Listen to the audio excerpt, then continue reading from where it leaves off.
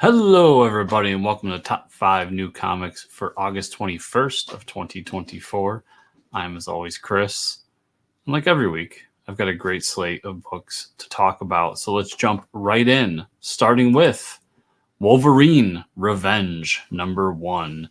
This is written by Jonathan Hickman with art by Greg Capullo, inks by Tim Townsend, and colors by FCO Placencia. Listen, I'm not much of an X guy. Don't read a ton of X-Men. I'm not gonna lie to you. I enjoy the characters when they pop up. I like the movies. I just got done seeing Deadpool and Wolverine a few weeks ago. It's a fun movie. When it comes to comics, I don't normally dive into X-Men titles. The exception has been in my life is when Jonathan Hickman does anything, I am there. Jonathan Hickman could do whatever book he wants, and I will buy it. I am that big of a Jonathan Hickman fan. So when I heard that he was doing a Wolverine title, I was there day one. Didn't need to know anything about it. Just Hickman's doing Wolverine. And then if you want to just add another layer of awesome to that, Greg Capullo's doing the art. One of my favorite artists. Capullo, when I was first introduced to him through Batman, and then went back and saw his work throughout the years, getting to see him work with Millar and Reborn, so many other things. He's just one of those artists that I absolutely adore. And to get these two together at Marvel, of all places, for a Wolverine title is interesting and exciting. I'm here for it. And this is another one of Marvel's new gimmicks where they're doing the regular and the red band. If you're asking me, I've just been buying Red Band. I haven't been worried too much about the regular or getting both. Like, you're not going to get me, Marvel. Just give me the one. Let's go. And just to get kind of, even though it is a gimmick, and a gimmick I've enjoyed, to be honest with you. Like, I read Werewolf by Night, and it was a lot of fun. I read Blood Hunt. It was a lot of fun. I'm excited for Blade and his Red Band treatment. Wolverine's one of those where an R-rated comic works. Like, I always joked back in the day when I would watch the X-Men cartoon, and even when they brought it back recently with X-Men 97, that it was really funny that the only time we could see Wolverine do anything is when Sentinels show up, because there would literally be scenes where he would show up, pop his claws, go raw, and then go right back in, he'd punch people, because it's a cartoon for kids on Saturday morning. We can't have him stabbing people. But what's the point of giant claws if we're not stabbing people? I'm just saying. So yeah, I'm excited to get my hands on this book, see what it's all about. Just the creative team is what drives it. There's people in this industry, and Hickman and Capullo are one of them. Brubaker and Sean Phillips are another. I can name Chip Zdarsky is another guy. That when their name's on a book, my interest is at least there, because they've proven time and time again that they make great comics, and they're people whose storytelling abilities I really enjoy. And these two happen to be two of those people. So we'll see. Limited series, kind of a where they're calling it a. It's not oversized, but I'm not gonna remember the term for it. But polybagged, treated with care. It's going to be a big title for Marvel. They're putting a lot into it. And hell, at the end of the day, it's got Wolverine on the cover. It's going to do well.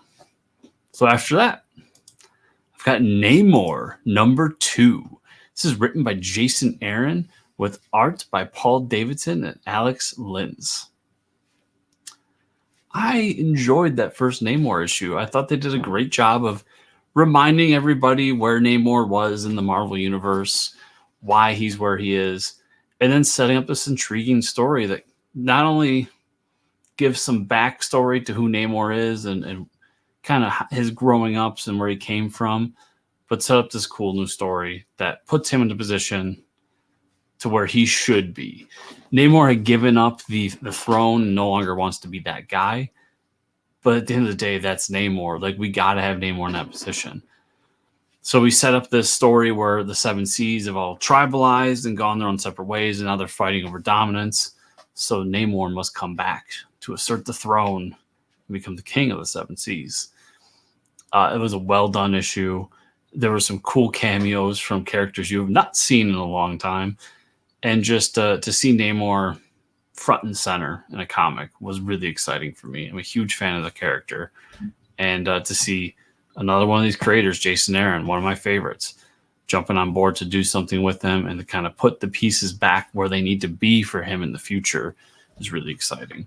So definitely recommend, if you can find a copy of Namor #1, or if you're a digital reader, it's easy to find a copy, picking it up. It was a good book. It really was. And I'm really excited to see where the story goes from there.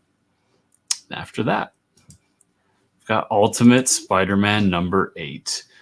This is also written by Jonathan Hickman with art by Marco Checchetto and colors by Matt Wilson. Everything I said with Wolverine, like Hickman, blah, blah, blah. And everything I've said in previous videos where I talk about how much I've loved the Ultimate Universe and what they're doing with it and this new version of it.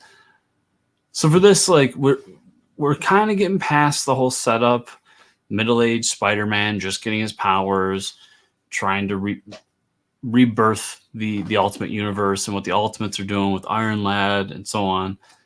And now we're getting into real Spider-Man stuff. So Spider-Man's teamed up with this new Green Goblin, who's Alfred, kind of. His behind-the-scenes guy is Doc Ock. All interesting dynamics for long-time Spider-Man fans.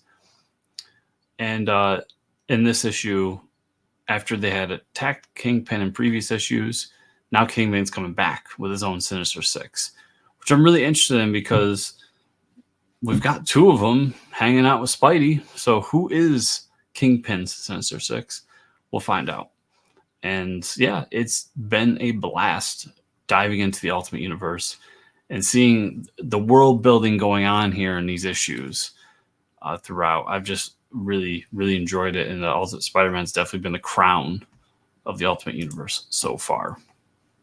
And after that, I've got Dark Knights of Steel Allwinter #2.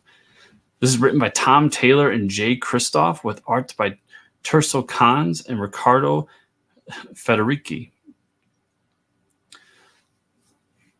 Really enjoyed this first issue. I mean, if a comic's coming back on this list over and over again, you can tell I really enjoyed the issue.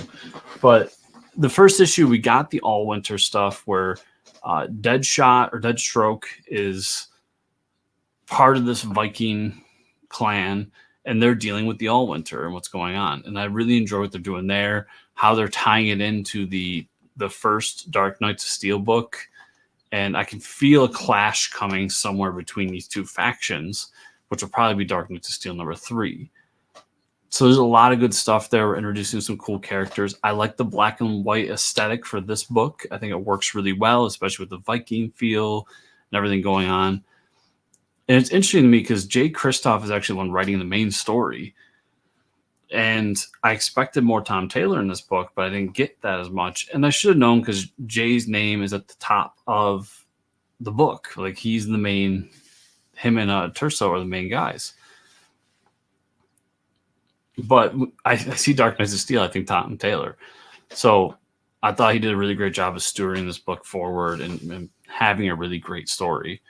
With that said, there's a backup story with Tom Taylor and Riccardo, who did the main Dark Knights of Steel book, and it kind of fits more in with the main Dark Knights of Steel story, except, and I'm so glad I didn't see this anywhere. It's one of those things where it's weird when something does sneak up on me, but this is a great one. It's Aquaman, or at least Atlantis, in this universe, and who has the throne to Atlantis and all that. And I'm sure that's going to come to a head too, where either Ocean Master or Aquaman or somebody's going to come and up and challenge the houses in the mainland. Just a lot of cool stuff going on here. I think it's been a great series. If you didn't read the first Dark Knights of Steel, I highly recommend picking it up and checking it out. It was one of my favorite books last year. And this one's shaping up to be a really good one too. So just cannot recommend enough. The Elseworlds books have been so much fun. I'm so glad Elseworlds is back.